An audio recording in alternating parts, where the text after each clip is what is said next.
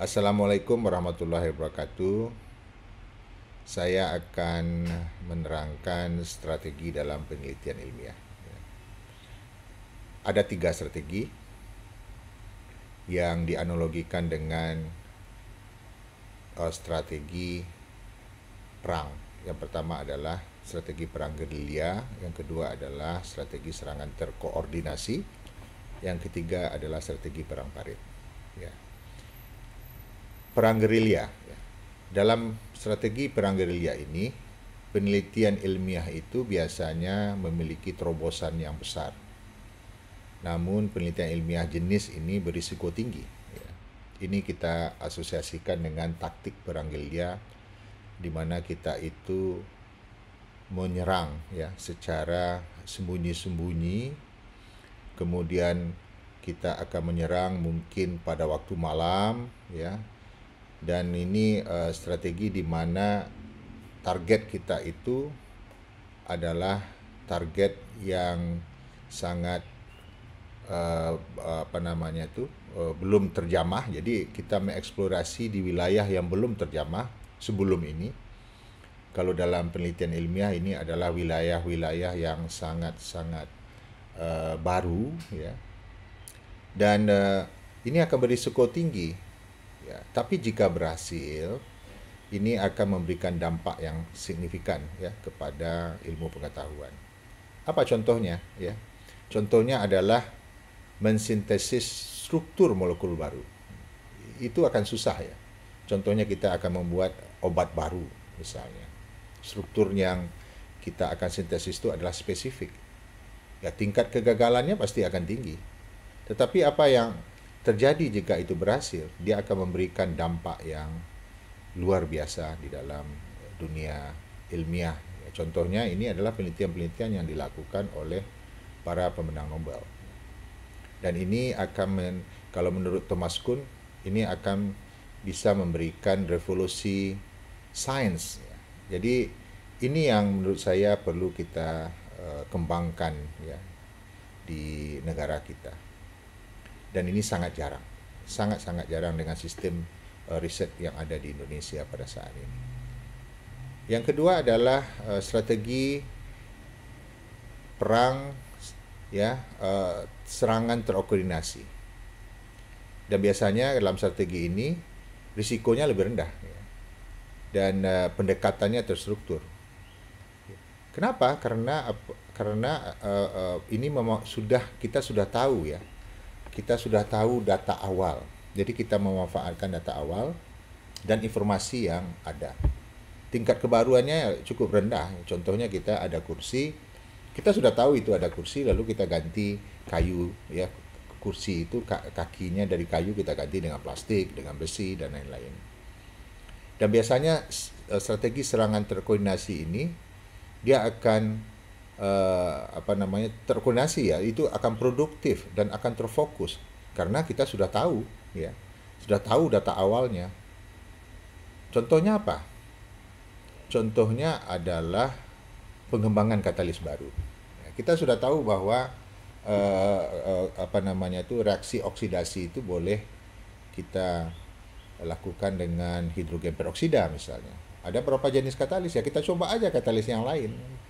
Coba kita buat riset yang terstruktur dan risikonya lebih rendah dan tingkat keberhasilannya akan lebih tinggi. Ini adalah strategi di mana akan memberikan jumlah publikasi yang banyak dibandingkan dengan yang perang gerilya. Perang gerilya itu susah lah eksplorasi struktur molekul baru itu kan susah dibandingkan dengan pengembangan katalis baru, dan impaknya akan lebih kurang dibandingkan dengan perang gerilya, dan tingkat risikonya juga lebih rendah. Yang ketiga adalah strategi perang parit namanya. Perang parit itu di mana biasanya orang melakukan strategi ini seperti perang Vietnam, di mana tentara Vietnam itu membuat terowongan-terowongan di bawah tanah gitu.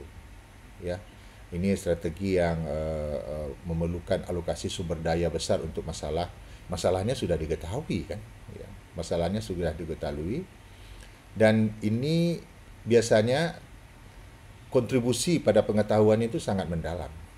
Karena apa? Karena dalam perang parit ini dia perlu detail, ya. Dan detail dan aspek yang perlu diteliti itu mendalam sifatnya dan perlu dieksplorasi lebih lanjut. Contohnya apa? Contohnya adalah studi mendalam tentang mekanisme reaksi kimia. Kita sudah tahu ada reaksi itu, tapi kita ingin mendalami reaksi itu. Kita ingin tahu mekanismenya seperti apa. Ya, jadi kita teliti misalnya dengan cara komputasi. Bagaimana sih reaksinya itu terjadi, step-stepnya seperti apa? Ya. Dan ini kontribusi pengetahuannya akan sangat mendalam. Dan tingkat jika ini diteliti, tingkat untuk publikasinya juga akan lebih mudah ya untuk dipublikasikan karena ini melanjutkan apa yang sudah diketahui. Oke, sekarang kalau kita lihat dari 3 strategi ini, yang nomor 2 ini paling banyak dilakukan oleh orang. Kenapa?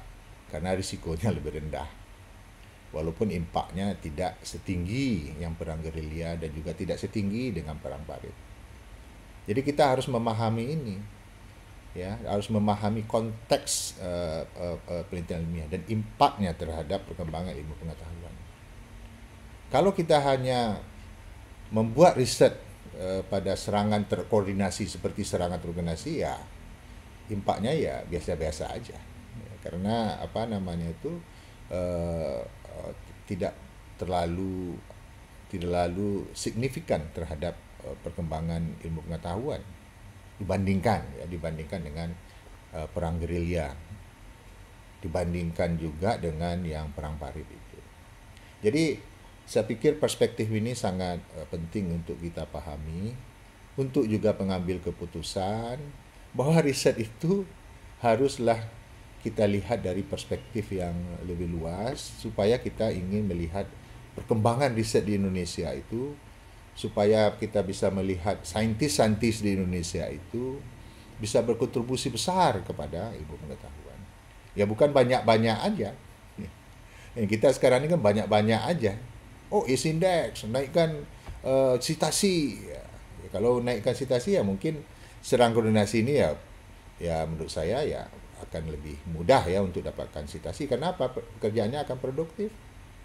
Dan juga sudah banyak komunitasnya di daerah itu sehingga citasi juga akan lebih tinggi. Ya.